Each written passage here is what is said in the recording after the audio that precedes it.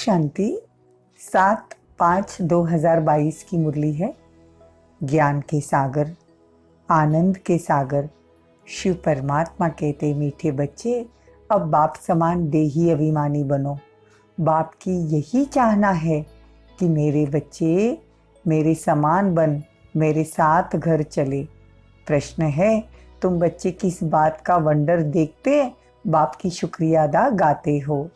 उत्तर है, तुम वंडर देखते बाबा कैसे अपनी फर्जदाई निभा रहे हैं, अपने बच्चों को राजयोग सिखाए लायक बना रहे हैं।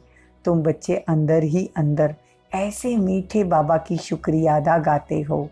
बाबा कहते हैं शुक्रिया शब्द भी भक्ति मार्ग का है, बच्चों का तो अधिकार है। इसमें शुक्रिया अदा की क्या बात है? देखो बाबा कहते इसमें शुक्रिया की क्या बात है। ड्रामा अनुसार बाप को वर्षा देना ही है। देखो बाबा कितना निरंकारी है, हमारे लिए इतना कुछ करता है, फिर भी कहते ये तो मेरा फर्ज है। गीत है जिसका साथी है भगवान, आगे क्या है? उसे क्या रोकेगा आंधी और तूफान। ओम शांति। यह गीत है बच्चों के लिए, जिसका साथी सर्वशक्तिवान परम पिता परमात्मा है। उनको माया की आंधी व तूफान क्या कर सकता है? वह आंधी नहीं, माया के तूफान आत्मा की ज्योति को बुझा देते हैं। वह जगाने वाला साथी मिला है तो माया क्या कर सकती है? नाम ही रखा जाता है महावीर, माया रावण पर विजय पाने वाले। कैसे विजय पानी है? सो तो बच्चे सामने बैठे हैं, बाप दादा बैठे हैं, दादे और बाप को पिता और पितामह कहते हैं, तो हो गए बाप दादा। ब्रह्मा बाबा और शिव बाबा बाप दादा। बच्चे जानते हैं कि रूहानी बाप हमारे सामने बैठे हैं। रूहानी बाप रूहों से ही बात करते हैं, आत्मा ही ऑर्गन्स द्वारा सुनती बोलती है। तुम बच्चों को देह अभिमान होने की आदत पड़ गई है। आधा कल्प देह अभिमान में रहते हो, एक शरीर छोड़ दूसरा लिया, शरीर पर नाम पड़ता है। कोई कहेगा है परमानंद हूँ, कोई कहेगा क्या नाम। देखो बाबा कहते तुमको आदत पड़ गई है देह अभिमान में रहने की, लेकिन बाबा कहते अब तुमको आत्म अभिमानी बनना है। बाबा कहते सदैव देही अभिमानी हूँ, मुझे कभी देह नहीं मिलता, तो मैं देह अभिमान में आता ही नहीं। बाबा तो निराकार है, वो अपने को देह समझता ही नहीं। यह देह तो इस दादा की मतलब ब्रह्मा बाबा की है, मैं तो सदा देह अभिमानी हूँ। तुम बच्चों को भी आप समान बनाना चाहता हूँ, क्योंकि तुम अब मुझको मेरे पास आते हो। तो बाबा कहते हैं देह अभिमान छोड़ना है, टाइम लगता है लेकिन देह अभिमान छोड़ना पड़ेगा। आत्मा अभिमान की प्रैक्टिस करनी पड़ेगी, अभ्यास करना पड़ेगा। बाबा कहते अभी बाप कहते इसे देह को छोड़ मेरे समान बनो, क्योंकि तुमको मेरा गेस्ट बनना है, मेरे पास वापिस आना है। इसीलिए कहता हूँ कि पहले अपने को आत्मा निश्चय करो। यह मैं आत्माओं से ही बोलता हूँ, तुम बाप को याद करो तो वह दृष्टि खत्म हो जाएगी। मेहनत तो है, देह अभिमान की जो दृष्टि है, देह देखने की जो दृष्टि है, बाबा कहते वो खत्म हो जाएगी।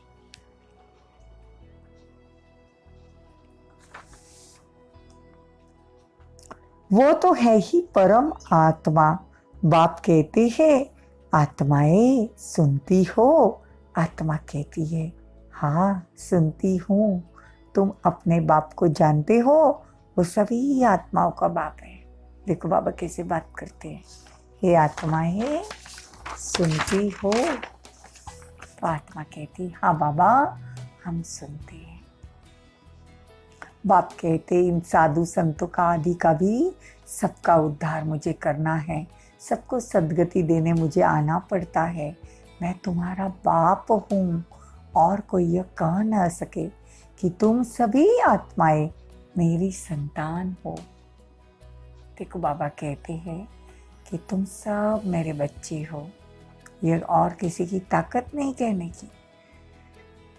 यह तो खुद बाप कहते हैं कि मैं आया हुआ हूँ भक्तों को भक्ति का फल देने।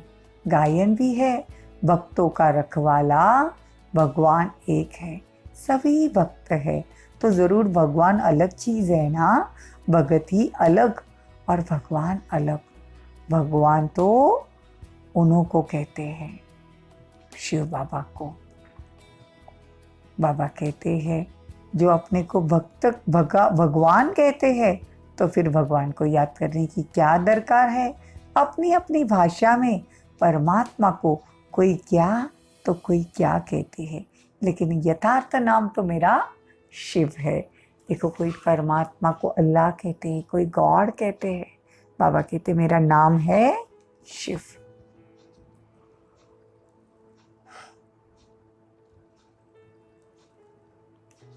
अभी तुम अनुभवी हो जाते हो कि हम 84 के चक्र में कैसे आते हैं। ड्रामा में हर एक बात अपने समय पर होती है।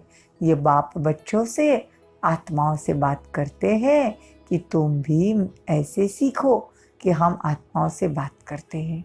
हमारी आत्मा इस मुख द्वारा बोलती है, इन कानों द्वारा सुनती है। मैं आत्मा बाप का पैगाम देती हूँ। ये समझना कितना सहज है। देखो, प्रैक्टिस करनी पड़ेगी। अभी शरीर समझने की आदत पड़ गई है, तो बाबा कहते प्रैक्टिस करनी पड़ेगी कि मैं आत्मा आंखों द्वारा देखती हूँ। बाबा कहते हैं यहाँ तो सब बेसमझ पतित और दुखी है। गरीब लोग यह ज्ञान आराम से बैठ सुनेंगे। साहूकारों को तो अपना नशा रहता है, उन्हों में तो कोई विरला ही निकले।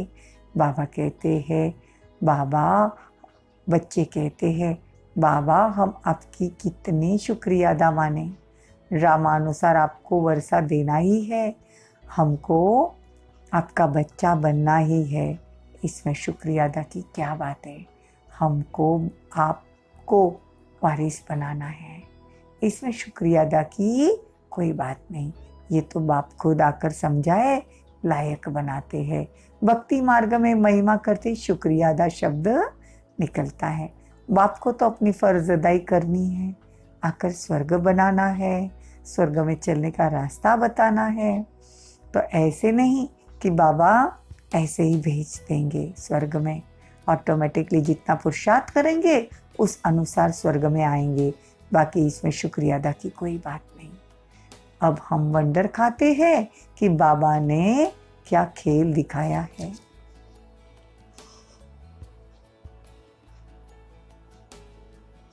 मुख्य बात ही है कि बाप और वर्षे को याद करो। कल्प कल्प तुम वर्षा पाते हो, पुरुषार्थ अनुसार कितना सहज कर समझाते हैं। बाकी इस समय मंजिल पर चलने में गुप्त मेहनत है। आत्मा पहले पहले आती है तो पुण्य आत्मा सतो प्रधान है, फिर उसको पाप आत्मा तमो प्रधान कहा जाता है।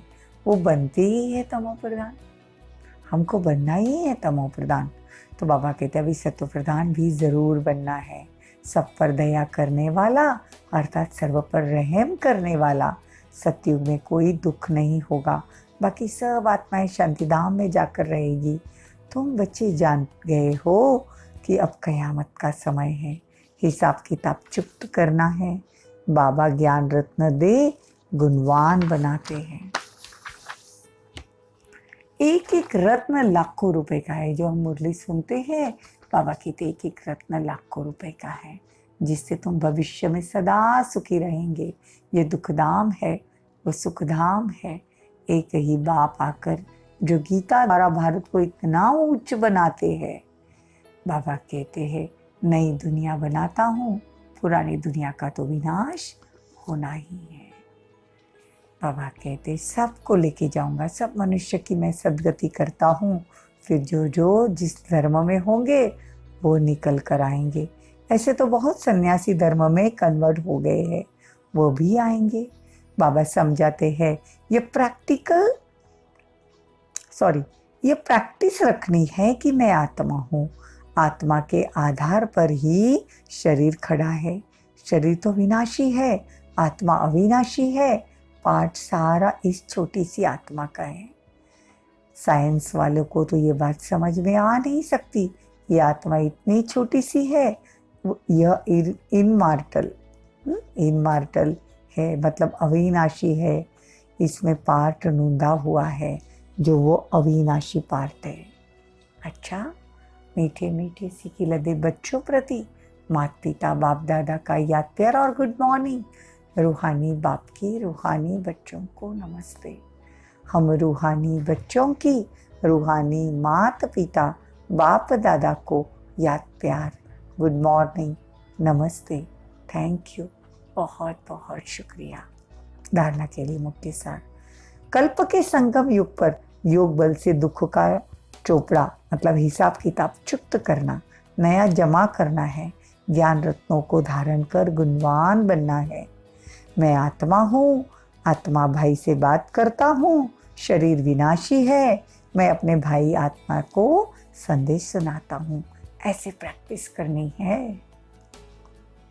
वरदान, शुभ भावना और श्रेष्ठ भाव द्वारा सर्व के प्रिय बन विजय माला में पिरोने वाले विजयी भव। कोई किसी भी भाव से बोले व चाले, लेकिन आप सदा एक के प्रति शुभ भावना, हर एक के प्रति शुभ भावना, श्रेष्ठ भावना धारण करो। इसमें विजयी बनो तो माला में पिरोने के अधिकारी बन जाएंगे, क्योंकि सर्व के प्रिय बनने का साधन ही है संबंध संपर्क में हर एक के प्रति श्रेष्ठ भाव व धारण करना। ऐसे श्रेष्ठ भाव वाला सदा सभी को सुख देगा, सुख लेगा। यह भी सेवा है तथा शुभ भावना मनसा सेवा श्रेष्ठ साधन है। तो ऐसी सेवा करने वाले विजय माला के मन के बन जाते हैं। स्लोगन, कर्म में योग का अनुभव कराना ही कर्मयोगी बनना है। ओम शांति।